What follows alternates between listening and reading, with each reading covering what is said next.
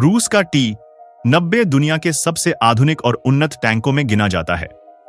यह 1990 के दशक में पुराने T-72 टैंक के आधार पर बनाया गया था।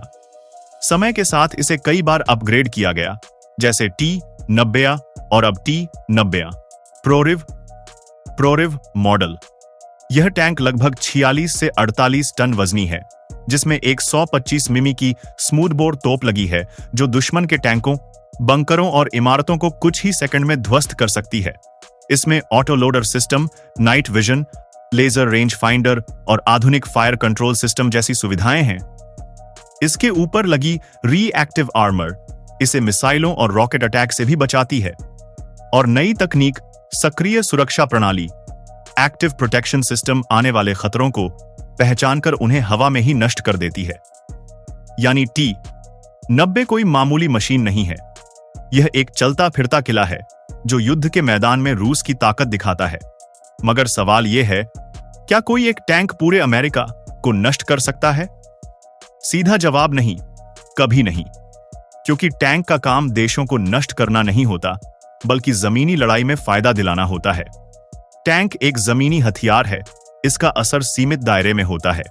यह किसी इलाके, शहर या सीमित युद्ध क्षेत्र में निर्णायक साबित हो सकता है, लेकिन किसी देश, वो भी अमेरिका जैसे विशाल देश को मिटा देना, यह कल्पना वैज्ञानिक और सैन्य दोनों ही दृष्टिकोण से असंभव है। अगर आप सोचें तो एक टैंक का प्रभाव कुछ 100 मीटर तक होता है। वह अपने गोले या मिसाइल से दुश्मन के ठिकाने, बख्तरबंद वाहन या एक इमारत को उड़ा सकता है। अब मान लीजिए कि रूस के पास हजारों T-90 हैं, तब भी उन्हें अमेरिका तक पहुंचाना संभव नहीं, क्योंकि दोनों देशों के बीच हजारों किलोमीटर की दूरी है और बीच में समुद्र फैला है। टैंकों को जहाजों या ट्रांसपोर्ट विमानों से ले जाया जा सकता है, पर युद्ध के समय ऐसा करना आत्मघाती कदम होगा, क्योंकि अमेरिका की नौसेना और वायुसेना रास्ते में ही उन्हें नष्ट कर देगी। टैंक किसी देश की सीमाओं के भीतर लड़ने के लिए बनाए जाते हैं, न कि किसी महासागर को पार कर किसी और देश को मिटाने के लिए। अगर किसी देश के पूरे विनाश की बात करनी ही है, तो वह शक्ति सिर्फ परमाणु हथियारों के पास है, न कि किसी टैंक के।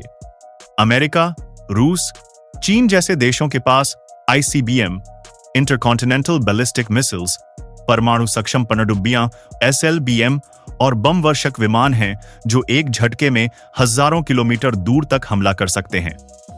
पर इन हथियारों का इस्तेमाल दुनिया के लिए आत्मघाती होगा, इसलिए इनका प्रयोग लगभग असंभव है। यही कारण है कि विश्वकांसन में परमाणु किलोमीटर दूर तक एक झटके में हजारों किलोमीटर दूर तक हमला कर सकते हैं। शक्तियां अपने परमाणु हथियार सिर्फ डिटरेंस यानी डर पैदा करने के लिए रखती हैं, न कि इस्तेमाल करने के लिए।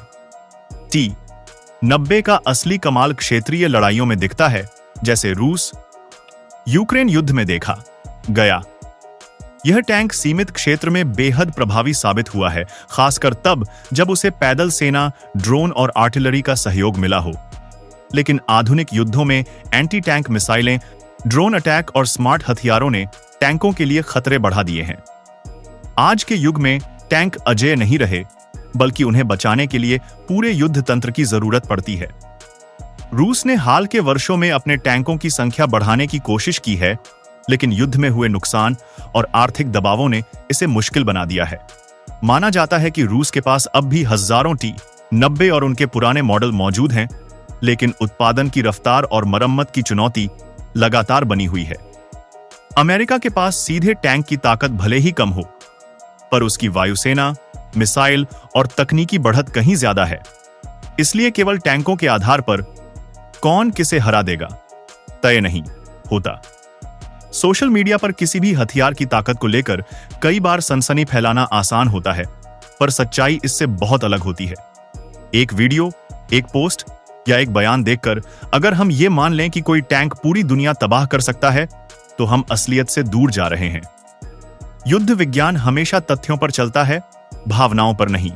अगर आपको ये जानकारी दिलचस्प लगी और आप ऐसे ही सच्चे और रोचक डिफेंस फैक्ट्स जानना चाहते हैं, तो हमारे चैनल को जरूर सब्सक्राइब करें।